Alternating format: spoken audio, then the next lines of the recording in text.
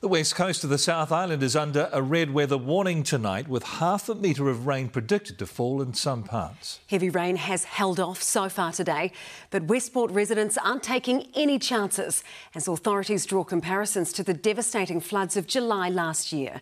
Kaylee Callahan reports from Westport. Buller has been here many times before, sandbagging late at night in preparation for another flood. Westport residents are all too familiar with what can happen. We were flooded out completely, so we've only just moved back last week. As morning broke, the first few hours of the 60-hour heavy rain warning passed without major downpour. The extra time to prepare was put to good use, with volunteers digging in to fill as many sandbags as possible across 5 sites around town. Neighbours helping neighbours pick up and pack those sandbags to protect their homes. How many are you going to put in here, do you reckon? As many as we bloody can. Sandbags came by delivery too, courier services dropping them off straight to their driveway. There was 7 or 8 people there loading bags and taking them away and dropping them off, so lots of people are starting now to ring up and ask for stuff. In July last year, half the town had to be evacuated and a state of emergency was in place for 3 weeks after Westport suffered its worst flood in decades. We're sort of right across the catchment again, so a little bit of a similar scenario setting up to what happened in July. And once again, forecasters are predicting the worst.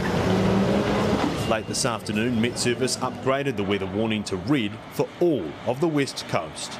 We have heavy rain, quite high intensities at time, snow melt, we have a wind warning and we have a swell warning. So getting it from everywhere really. Contractors have been working non-stop to build up barriers near waterways to protect low-lying areas.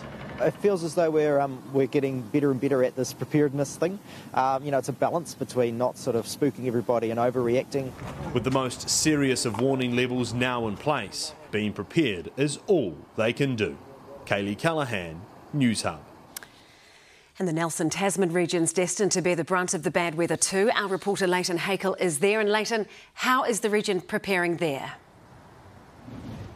Well, Civil Defence Emergency Management has told me that over the past 2 days, teams have been out and about checking the safety of roads, clearing stormwater drains, checking the safety of stop banks and also monitoring the river levels, making sure that the region's infrastructure can cope with the significant amount of rain that is expected over the coming days, particularly around that Golden Bay area, up to 30 millimetres an hour at some points tomorrow.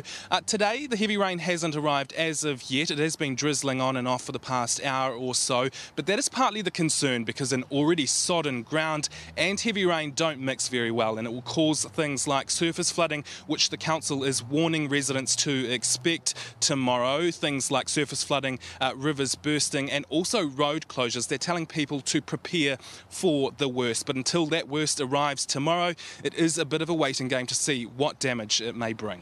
Leighton, thanks so much for the update. Heather is here now with more on this weather. Heather, how significant is that upgrade to the red heavy rain warning? Yeah, it's not done lightly, and it highlights the exceptional level of rain expected through till Friday for the country. Buller and Westland are now under red rain warnings, and a further 500 millimetres of rain could fall for both regions. In addition, gale to severe gale north to north-east winds will affect northern and central parts of New Zealand, gusting 120 kilometres per hour for Northland. I'll be back with details on the large swells later in the hour. OK, thanks so much.